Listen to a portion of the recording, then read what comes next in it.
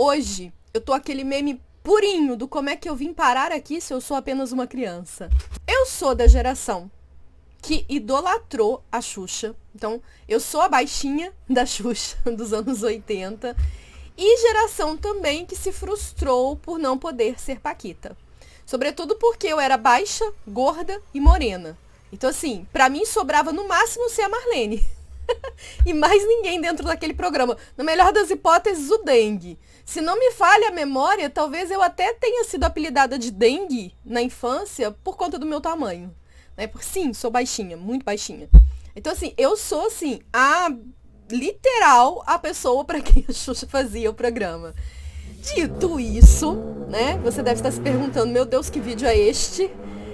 Eu assisti ao documentário das Paquitas, assim como assisti o da Xuxa no ano passado. O da Xuxa, eu não sei se eu fui até o final. Eu achei ele meio partidário.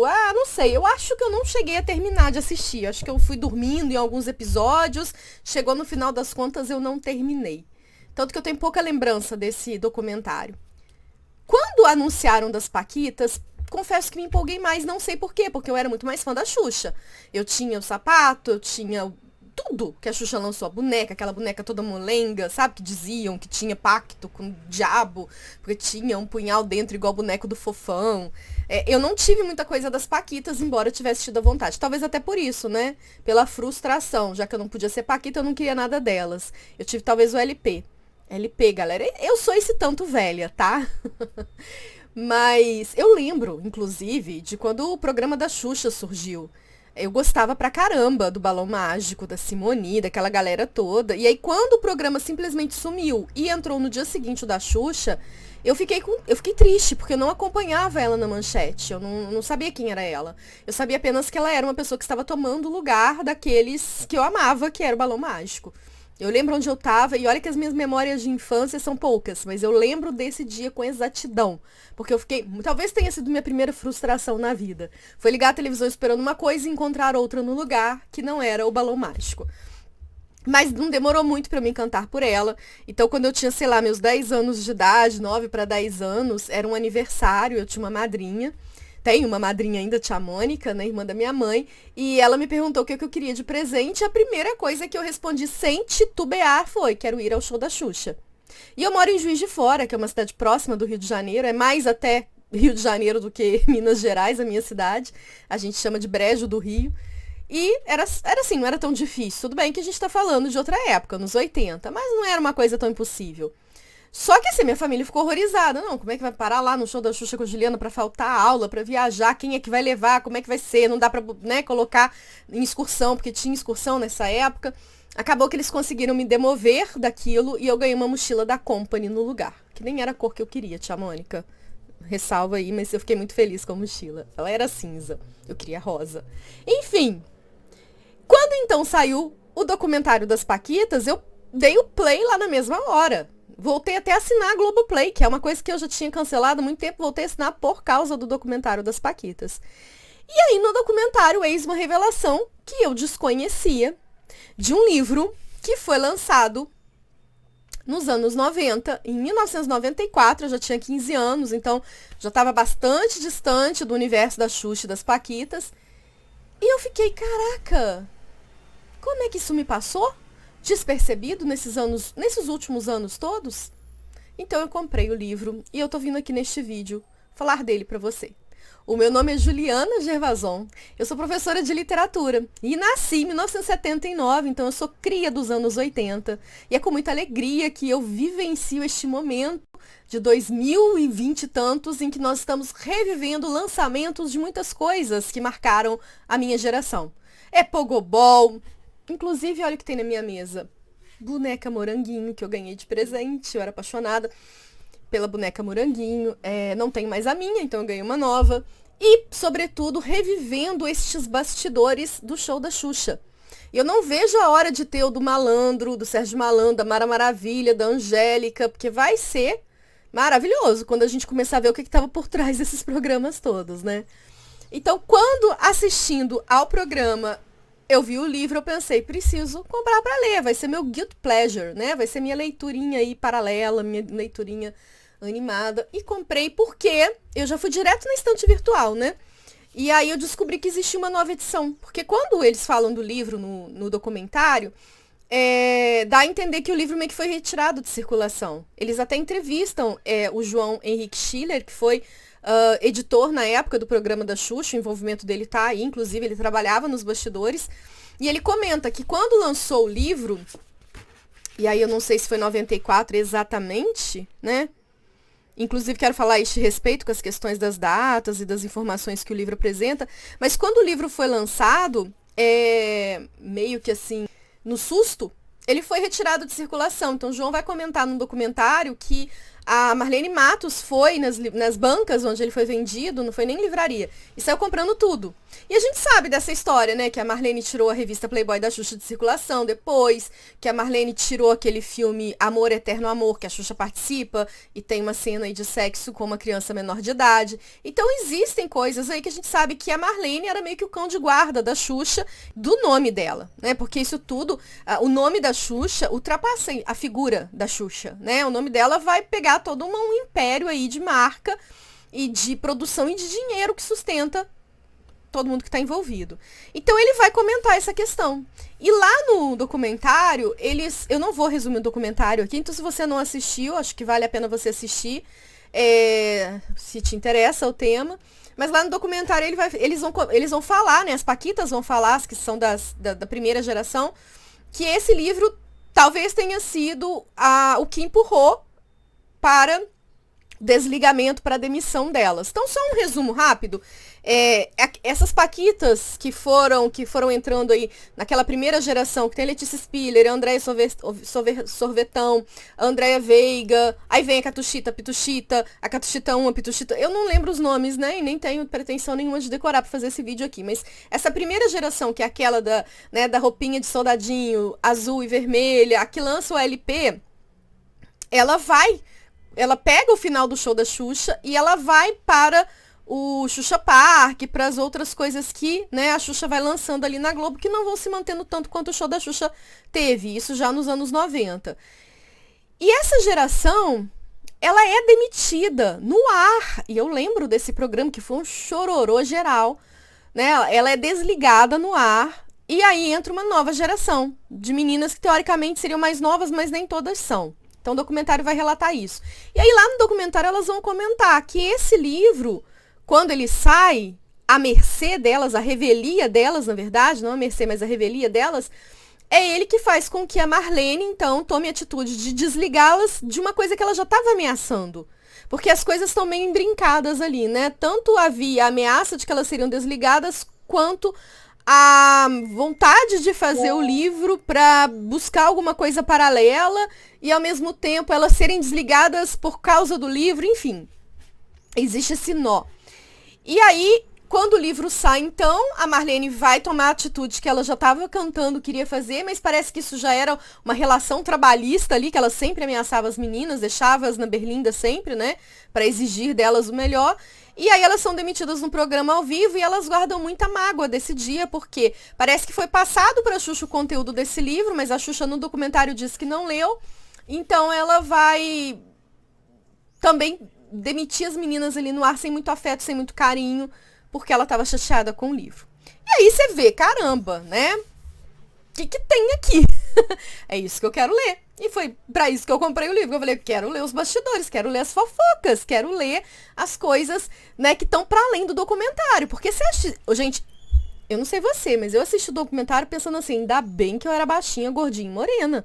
Ainda bem que eu não tive nenhum risco de virar a Paquita da Xuxa, porque que inferno que essas meninas viveram. Você sai do documentário com uma ressaca moral, pensando, caraca, a gente errou muito, né, na década de 80, e erraram mais ainda com elas, né? É claro, gente, que a gente tem que pensar nas proporções, assim, né? Então tem muita coisa que aconteceu ali que a nossa sociedade não estava preparada para resolver, para enxergar.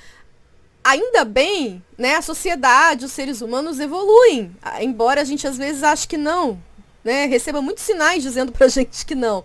Mas evoluem. Então, as leis, os direitos, né, a maneira de lidar com as questões, né?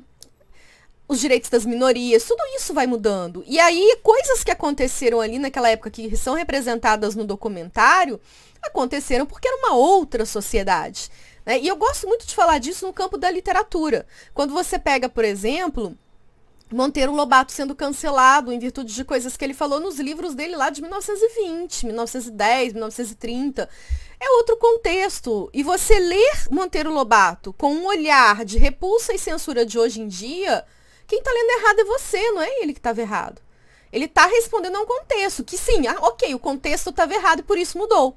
Ótimo. Mas a gente trazer o contexto de ontem para ser lido com o olhar de hoje, analisado com o olhar de hoje, é muito delicado. Se isso no terreno literário é delicado, é também no social, né? E aí, muitas coisas ali no documentário são colocadas que eu entendo que fazem parte do contexto, né? Que não é um contexto bom, pelo contrário. Eu fui massacrada pela questão, por exemplo, do peso, né? Eu cresci numa geração que comprava a revista Capricho com a atriz na capa que estava magra falando fulana de tal está acima do peso, né? Apesar de redondinha, fulana de tal, que ensinava dietas que cagavam com o nosso sistema, né? Com a nossa saúde, com o nosso sistema também, né? Mas com a nossa saúde. Então, eu sou herdeira dessa geração, eu sei o quanto isso foi nocivo para minha formação, para minha identidade, para minha formação feminina, para minha formação individual, mas era aquele contexto. Que bom que não estamos mais nele, agora estamos em outros que também devem estar cagando em muitas instâncias que a galera lá na frente vai ter que resolver e quando olhar para cá vai falar, ah, caramba, olha o que estava acontecendo ali. Então, assim, a sociedade ela vai mudando. E ali algumas coisas são levantadas a respeito desse tipo de questão, né? De você ter as meninas sendo exigidas a serem magras. E, gente, estamos falando de meninas de 9 a 13 anos de idade. Isso é um grau de bizarrice assustadora, né? E aí a gente fica se questionando, poxa, mas por que essas meninas passavam por isso? Não tinha pai, não tinha mãe? No documentário aquilo não fica muito claro. E aí o livro até esclarece algumas coisas. Mas eu vou parar de falar do documentário de novo. Acho que você tem que assistir se te interessa. Eu gostei bastante de ver, né? Gostei. Porque é um universo que é caro pra mim, né? Eu cresci assistindo religiosamente o show da Xuxa. Então, assim, é um bastidor que me apetece acompanhar e ver hoje em dia. E aí eu fui então com muita sede ao pote em relação ao livro. E eu confesso que eu fiquei extremamente frustrada em muitas instâncias. Eu vou tentar sustentá-las argumentando aqui ao máximo possível para então deixar você aí à vontade se você acha que deve comprar, fazer a leitura ou se só esse meu vídeo aqui já é suficiente para te, né, para te alimentar com as informações que você quer. Graficamente, a gente já começa com um problema. A editora é a consultora editorial. Imagino que seja uma editora independente, de produção independente. É do Rio Grande do Sul. Então, assim, não sei falar nada sobre essa editora. É a primeira vez que eu vejo alguma coisa dela. Mas, assim, não existe muito um trabalho gráfico cuidadoso, não. A letra é bem grande, então você lê muito rápido, apesar dele ter 200 páginas. Eu acho que se você for utilizar um padrão mais comum para as editoras hoje em dia, talvez ele tivesse bem menos. Ele é nitidamente um livro de editora independente, de editora que não tem muitas ferramentas.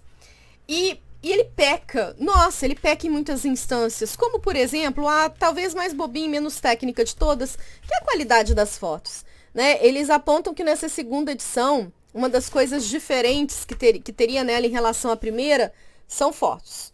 Ok. Inclusive fotos que ele acrescenta aqui no final, que são do arquivo pessoal mesmo dele, que nem tem muita relação com as paquitas, são fotos mesmo do autor. Mas, gente, pelo amor de Deus, a foto tá em preto e branco na pior qualidade possível. Ah, sabe? Então não põe. Nossa, não faz isso não. Eu acho isso um trabalho tão porco. Quando eu orientava trabalho, né? Quando eu era professora no mestrado e meus orientandos trabalhavam com imagens, eu falava, ou você põe isso na melhor qualidade possível ou não tem por que tá aqui. Então essas fotos pra mim, né? Mas a outra coisa que pega, e aí desculpa, a nossa bagagem ela interfere na nossa leitura, né? Na nossa análise, na nossa interpretação e na nossa recepção de uma obra. Eu sou revisora de texto. E eu tendo a conseguir desligar um pouco o meu olhar de revisora quando eu estou fazendo uma leitura que não é de trabalho. Se você me contratar para fazer uma leitura de revisão de texto do seu texto, eu vou ter um olhar. Agora, se não for isso, eu consigo deixar meu olhar um pouco mais descansado, senão você pira, né, gente? Passou a vida inteira revisando tudo que você lê. Não dá. Então eu consigo fazer isso em alguns livros, em alguns momentos, sobretudo quando a leitura tá fluida. E às vezes eu até nem enxergo quando o erro aparece. Mas aqui, meu Deus do céu, foi difícil. Ô, gente, carecia de uma revisão, mas, né? Poxa, não tá tão caro contratar um revisor hoje em dia. E eu acho que eles colocam que o livro foi revisado. Supervisão, nem foi revisado, não fala, né?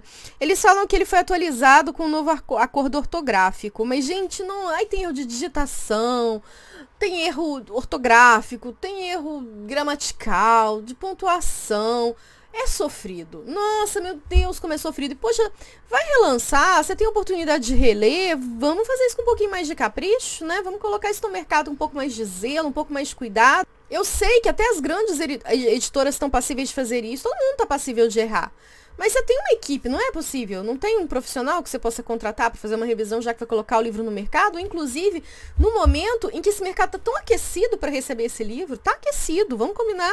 Deve estar vendendo, não deve estar vendendo pouco, né? Sabem? Então, assim, poxa, faça jus ao meu dinheiro porque não tá barato.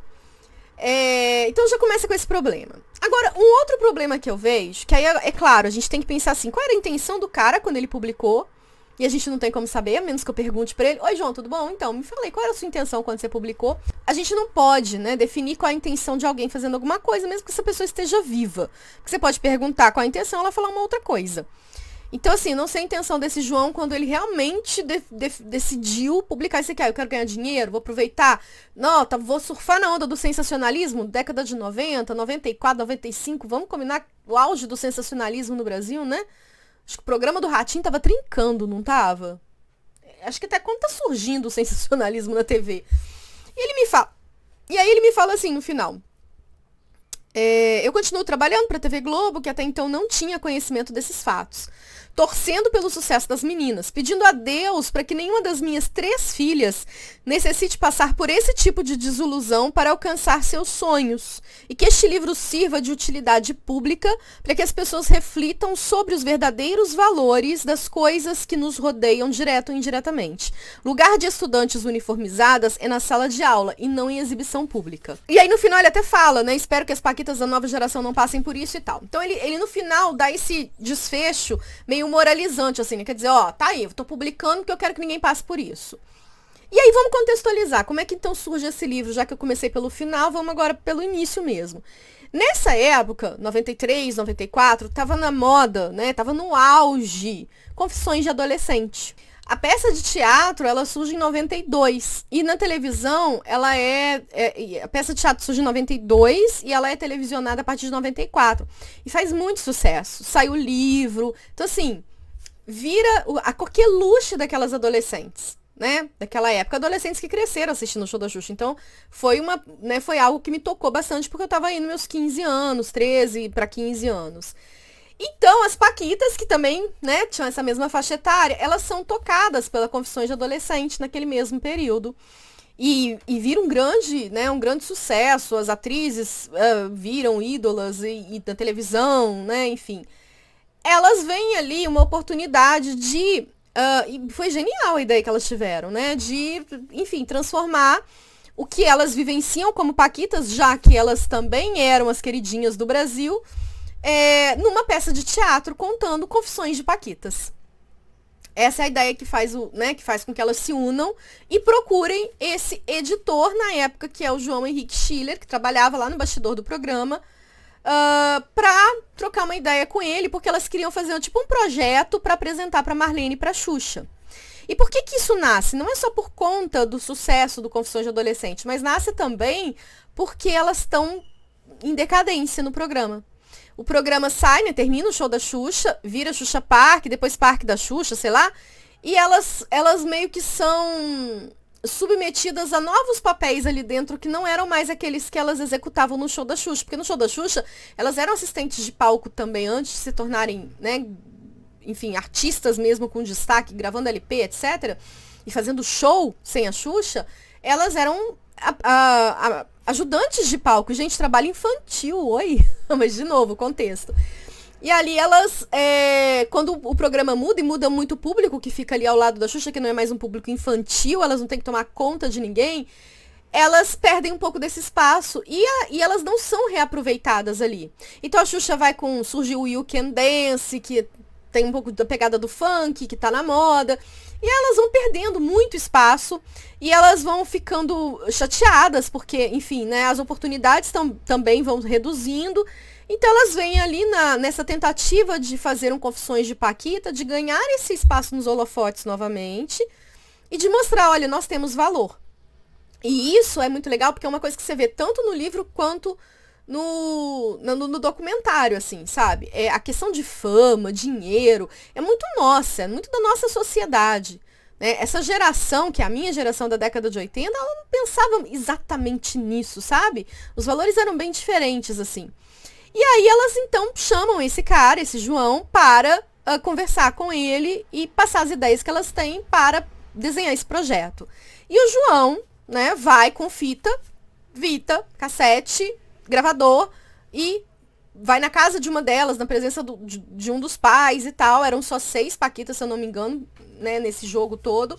6 ou 7, agora eu não vou lembrar. E aí ele começa a conversar com elas e anotando os depoimentos, né? Anotando e, sobretudo, gravando com a autorização delas, né? Acho que são 6. 2, 4, 6... eram 8 paquitas.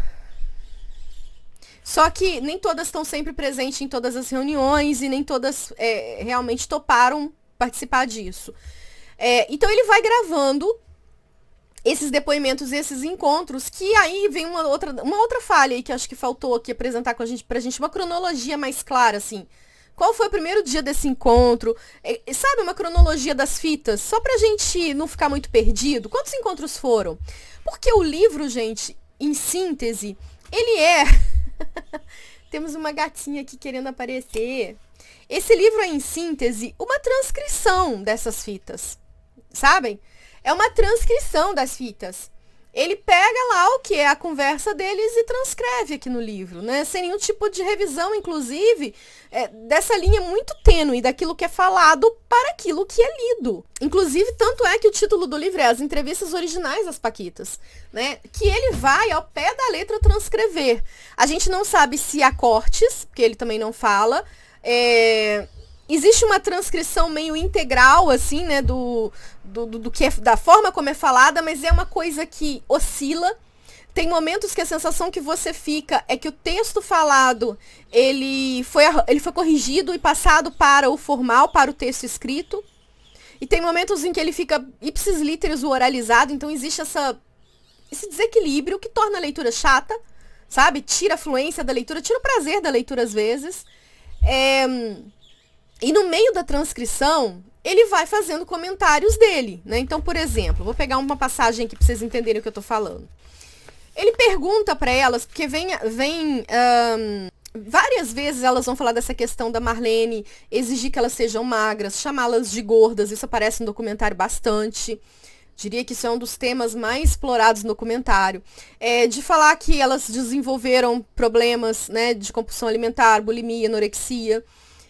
Elas citam, inclusive, no documentário, e aqui uma passagem que a Marlene as chama, num horário completamente exótico, assim, que não tinha nada a ver, não era horário de trabalho, manda todas elas tirarem a roupa, ficarem nuas, para que ela veja se elas estão com os corpos bons. E aí isso levanta pra gente uma série de achismos, que também não vem ao caso falar aqui, né?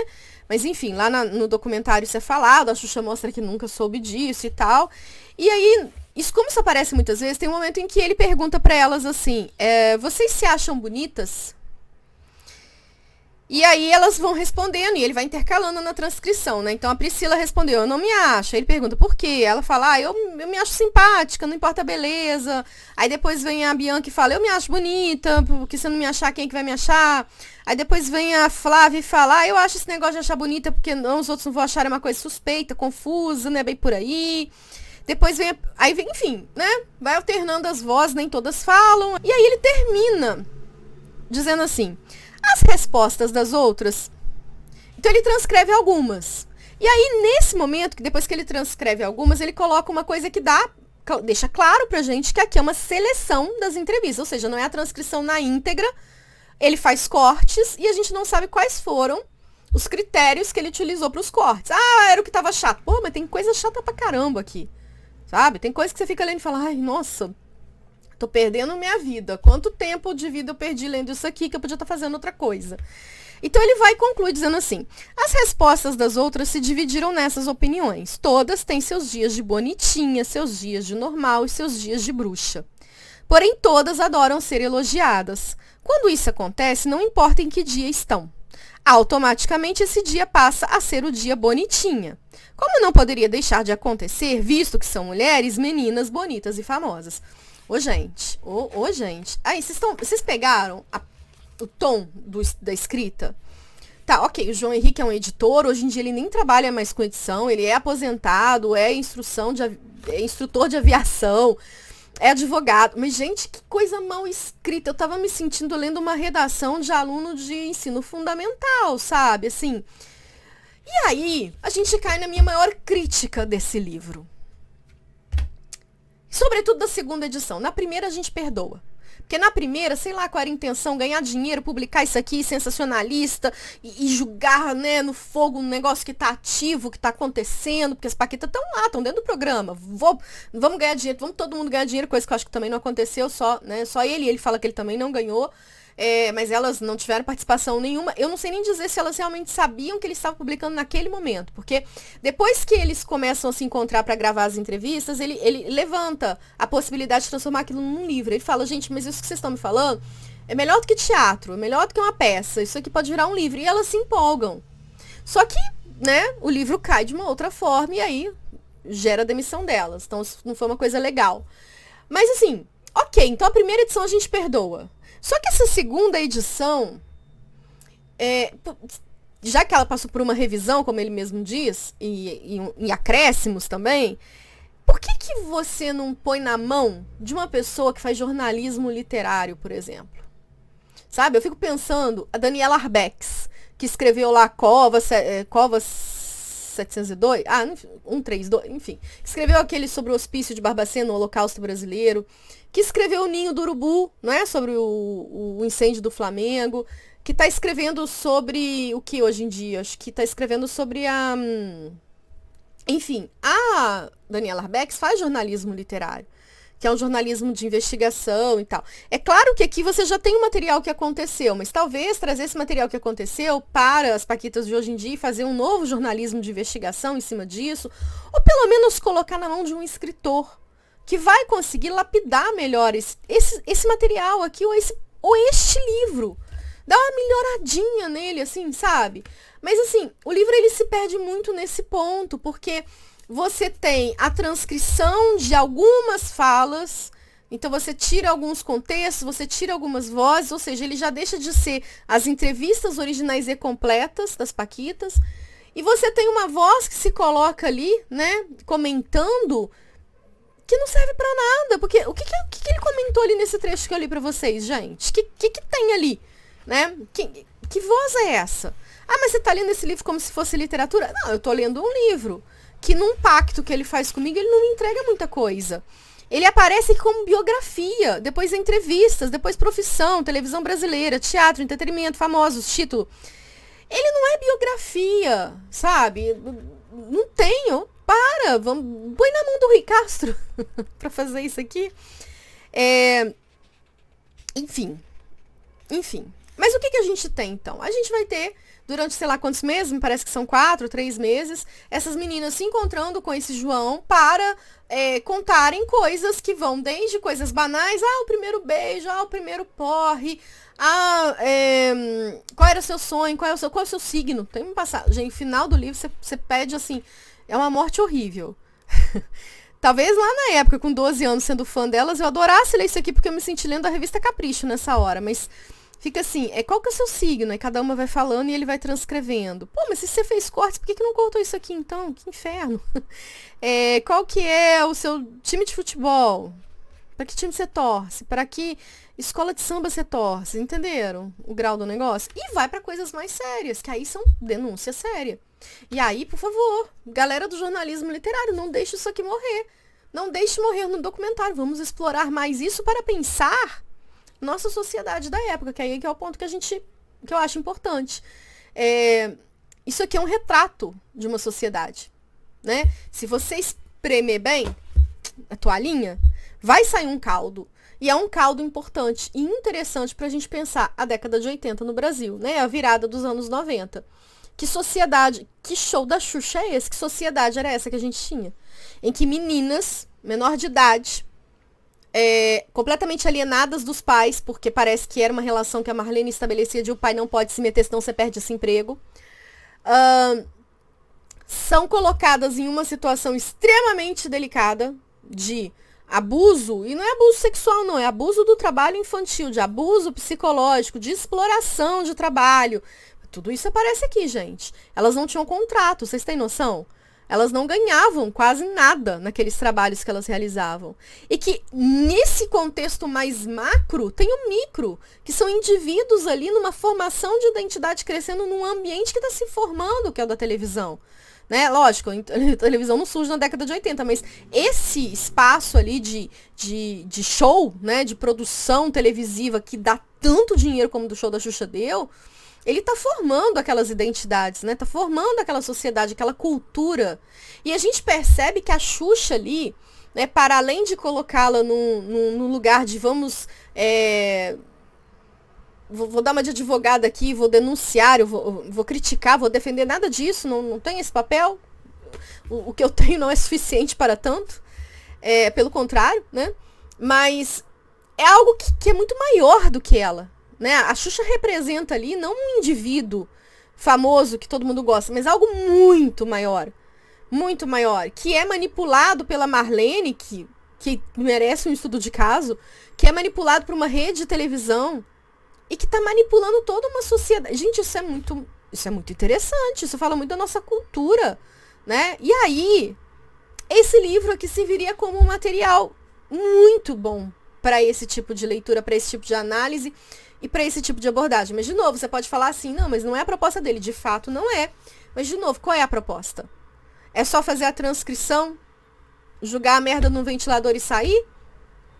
Na época, como eu disse, talvez fizesse sentido. Mas hoje em dia, me senti ludibriada. Não, brincadeira. Tá aí, uma leitura que eu fiz, que, enfim, não agregou muito, né? Não saí daqui, nossa, caraca, que livro legal, que leitura, né? Ah, mas você esperava isso? Esperava, porque de fato eu achei que esse cara, quando ele quis assinar esse livro e lançou, para além da questão de vamos ganhar dinheiro, vou ajudar as paquitas, porque eu, de novo, não sei a intenção dele, talvez estivesse querendo lapidar um material bruto que ele tinha ali, e o que ele entrega pra gente é um material bruto de novo, só que ainda com cortes, né? E mal entregue, né? Enfim, tá aí. Você leu? Quer contar aqui pra mim nos comentários o que você achou? Se você tá chegando aqui só por causa desse vídeo, só por causa desse livro, fica aí, conhece meu canal. Eu sou professora de literatura, eu leio de tudo, eu não tenho preconceito literário e aqui eu conto pra vocês sobre as minhas leituras, boas ou ruins. Muito obrigada pela sua companhia. Beijinho, beijinho, tchau, tchau. Nossa, que piada. Até o próximo livro.